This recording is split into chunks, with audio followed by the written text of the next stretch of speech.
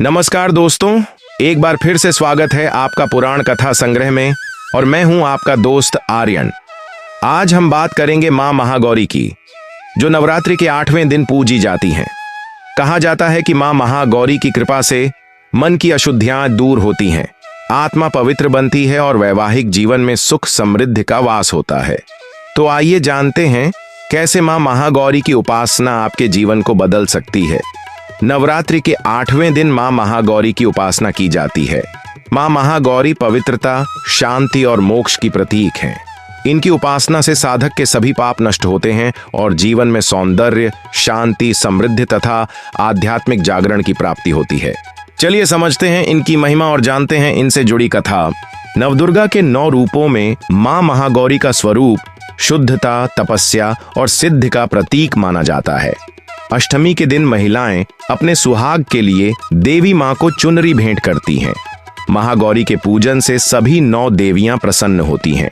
इनका स्वरूप श्वेत वर्ण का, अत्यंत तेजस्वी, निर्मल और दिव्य आभा से युक्त है। महागौरी शब्द का अर्थ है अत्यंत उज्ज्वल, शुद्ध और पूर्णतः निर्मल। इनकी आराधना से मनुष्य का चित्त निर्मल होता है और वह सत्य, धर्म, प्रेम और ज्ञान की ओर अग्रसर होता है। महागौरी की कृपा से साधक को अडिग मनोबल, सफल विवाह योग, मानसिक अशुद्धियों से मुक्ति, जीवन में नई शुरुआत, जीवन में सकारात्मक ऊर्जा और पापों का शमन प्राप्त होता है। महागौरी साधना से कुंडलिनी शक्ति जागरण में सहायता मिलती है, क्योंकि यह देवी सहस्रार चक्र से जुड़ी मानी जाती है। ध्यान में मां महागौरी का रूप अहंकार, क्रोध और भ्रम को शांत करता है। मां महागौरी का वर्ण पूर्णतः गौर है। इनके गौर वर्ण को शंख, चंद्र और कुंद के फूल के समान माना गया है। इनकी आयु 8 वर्ष की मानी गई है। इनके समस्त वस्त्र एवं आभूषण आदि भी श्वेत हैं। महागौरी की 4 भुजाएं हैं। इनके ऊपर के दाहिने हाथ में अभय मुद्रा और नीचे वाले दाहिने हाथ में त्रिशूल है। ऊपर वाले बाएं हाथ में डमरू और नीचे के बाएं हाथ में वर मुद्रा है। इनका वाहन वृषभ है। यही महागौरी देवताओं की प्रार्थना पर हिमालय की श्रृंखला में शाकंभरी के नाम से प्रकट हुई थीं। मां महागौरी से जुड़ी कथा कुछ इस प्रकार है दोस्तों।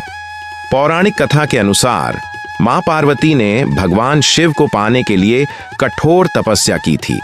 वर्षों तक हिमालय में तपस्या करने से उनका शरीर धूल और तप की कालिमा से काला पड़ गया।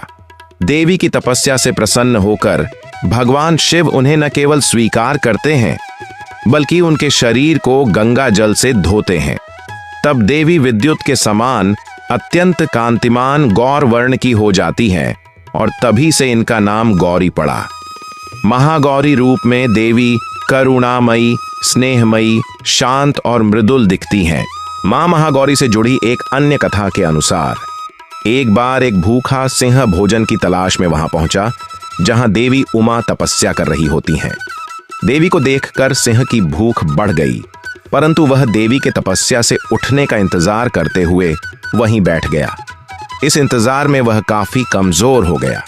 देवी जब तप से उठी तो सिंह की दशा देखकर उन्हें उस पर बहुत दया आई और मां उसे अपना सवारी बना लेती है, क्योंकि एक प्रकार से उसने भी तपस्या की थी। इसीलिए देवी गौरी का वाहन बैल और सिंह दोनों ही है। तो दोस्तों, ये थी मां महागौरी की महिमा और उनकी उपासना का महत्व। मां की कृपा से जीवन की सभी मानसिक बाधाएं दूर होती हैं और दांपत्य जीवन में सुख शांति का वास होता है।